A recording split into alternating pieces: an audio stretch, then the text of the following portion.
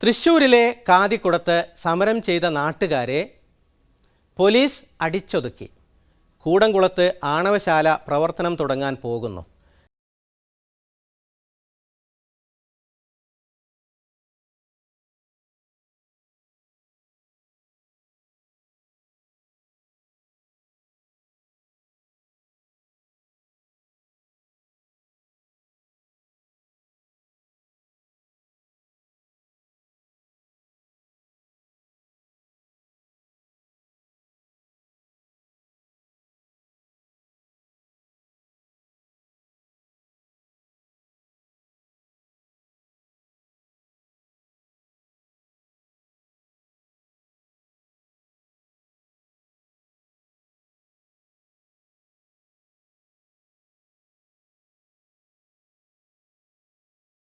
കൂടത്ത് July 21 നടന്ന police നടപടി മാധ്യമ പ്രവർത്തകർ ഏറെയും സ്ഥലം വിട്ട ശേഷമായിരുന്നെങ്കിലും ചാനലുകൾ തുടർന്ന് അവിടുത്തെ രംഗങ്ങൾ പകർത്തി. പത്രങ്ങളാകട്ടെ പലതും അതിനെ പ്രാദേശിക സംഭവമാക്കി ഒതുക്കി. മുൻ പേജിൽ വാർത്ത കൊടുത്തവർ ചുരുക്കം. പലരും തൃശ്ശൂർ പതിപ്പുകളിൽ മാത്രമാണ് അത് പ്രാധാന്യത്തോടെ കൊടുത്തത്. 3 പതിറ്റാണ്ടായി പ്രവർത്തിക്കുന്ന നിറ്റ ജെലാറ്റിൻ കമ്പനി ചാലക്കുടി പുഴയിൽ നിന്ന് വൻതോതിൽ വെള്ളമൂറ്റുകയും കടുത്ത മലിനീകരണം സൃഷ്ടിക്കുകയും ചെയ്യുന്നു എന്നതാണ് നാട്ടുകാർ ഉയർത്തുന്ന പ്രശ്നം. ജീവിക്കാൻ കഴിയാത്ത അവസ്ഥയുണ്ട്. വാഗ്ദാനങ്ങളൊന്നും കമ്പനി പാലിക്കുന്നില്ല, അധികൃതർ ശ്രദ്ധിക്കുന്നുമില്ല. ഇത്തരം സാഹചര്യത്തിൽ സംഘടിപ്പിച്ച പ്രക്ഷോഭ സമരത്തിന് സോളർ തട്ടിപ്പിന്റെ അരികും മൂലയും പരതുന്നതിനിടയിൽ പത്രങ്ങൾക്കായില്ല.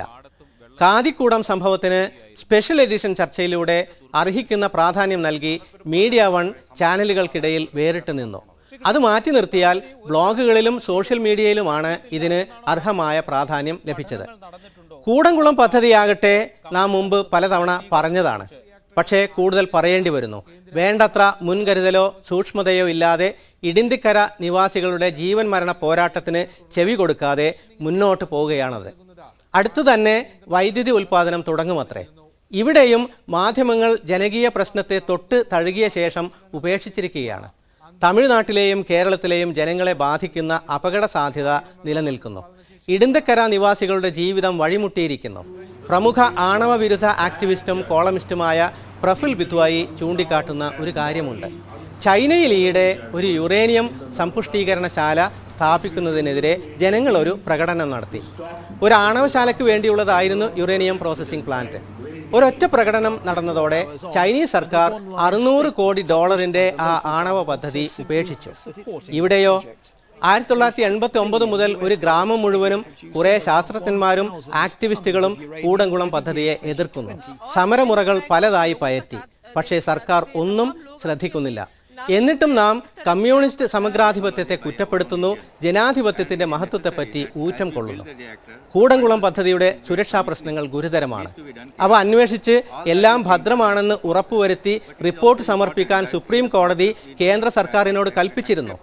സർക്കാർ ചെയ്തതെന്തെന്നോ? സീൽ ചെയ്ത കവറിൽ ഒരു റിപ്പോർട്ട് ജൂലൈ 13 ശനിയാഴ്ച സുപ്രീം കോടതിക്ക് സമർപ്പിച്ചു. കോടതി അത് തുറക്കാൻ 15-ാം തീയതി തിങ്കളാഴ്ചയെങ്കിലും ആവും. അതിനിടെ കൂടംകുളം റിയാക്ടർ തിടുക്കത്തിൽ ക്രിട്ടിക്കാലിറ്റി നിലയിലെത്തിച്ചു. പിന്നെ കോടതി എന്ത് പറഞ്ഞിട്ടും കാര്യമില്ല. സംഭവം നടന്നു കഴിഞ്ഞല്ലോ. നമ്മുടെ ആണവ വകുപ്പിനോ അനുബന്ധ സ്ഥാപനങ്ങൾക്കോ പാർലമെന്റിനോട് ഉത്തരവാദിത്തമില്ല. അമർത്യ സെന്നും ജീൻ റീസും എഴുതിയ ആൻ അൺസർട്ടൻ ഗ്ലോറി എന്ന പുസ്തകം ഈ വകുപ്പ് എത്ര ജനായത്ത വിരുദ്ധമാണെന്ന് സ്ഥാപിക്കുന്നു. ആണവോർജ ബോർഡിന്റെ മുൻ ചെയർമാൻ ഗോപാലകൃഷ്ണൻ അടക്കം അനേകം പ്രമുഖർ പദ്ധതിയുടെ സുരക്ഷിതത്വത്തെപ്പറ്റി സംശയം ഉയർത്തിയിട്ടും പദ്ധതി പ്രവർത്തനം തുടങ്ങുന്നത് പല സുരക്ഷാ മാനദണ്ഡങ്ങളും ലംഘിച്ചുകൊണ്ടായിട്ടും സർക്കാർ മുന്നോട്ട് തന്നെ പോകുന്നു. ഈ ധൈര്യത്തിന് ഒരു കാരണം മാധ്യമങ്ങളുടെ നിഷ്ക്രിയത്വമാണ്. കാതിക്കുടത്തും കൂടംകുളത്തും മുഖ്യധാരാ മാധ്യമങ്ങൾ ജനങ്ങളെ കൈവിടുകയാണ്. കാലാവസ്ഥാ മാറ്റം എന്നൊന്നുണ്ടോ? ഉണ്ടെന്ന് 2000-ലേറെ ശാസ്ത്രജ്ഞന്മാർ സാക്ഷ്യപ്പെടുത്തി കഴിഞ്ഞു. ആഗോള താപനം സൃഷ്ടിക്കുന്ന മനുഷ്യന്റെ ചെയ്തികളാണ് അതിന് കാരണമെന്നും അവർ പറയുന്നു. Summer in Maine. The oceans hold a deadly secret. Hi, James West here from Climate Desk, reporting off the coast of Maine. This is the lobster epicenter of the country, and scientists are discovering that warming waters due to climate change are producing a very eerie result indeed. വികസനം എന്ന പേരിൽ പ്രകൃതിയെ ചൂഷണം ചെയ്യുന്ന വൻകിട കമ്പനികളും വികസിത രാജ്യങ്ങളും മറ്റും കുറേ കാലം കാലാവസ്ഥാ മാറ്റം ഇല്ലെന്ന് വാദിച്ചിരുന്നു. അങ്ങനെ വാദിച്ചിരുന്ന അമേരിക്ക ഇപ്പോൾ അപകടം അംഗീകരിച്ചിരിക്കുന്നു. പക്ഷേ നമ്മുടെ മാധ്യമങ്ങൾ അതിന് അർഹിക്കുന്ന ഗൗരവം കൽപ്പിക്കുന്നില്ല എന്ന് മാത്രമല്ല, ചിലപ്പോൾ ബാലിശമായ മറുവാദങ്ങൾ ഉന്നയിക്കുകയും ചെയ്യുന്നു.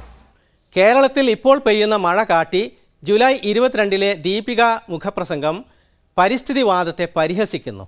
മരവും കാടും നശിപ്പിച്ചതുകൊണ്ട് ദോഷമൊന്നുമില്ലെന്ന് വരുത്തുന്നുണ്ട് അതിൽ. കേരളത്തിൽ ഒരു വർഷം നന്നായി മഴ കിട്ടി എന്നതുകൊണ്ട് കാലാവസ്ഥാ പ്രശ്നങ്ങൾ ഇല്ലെന്ന് വരുമോ?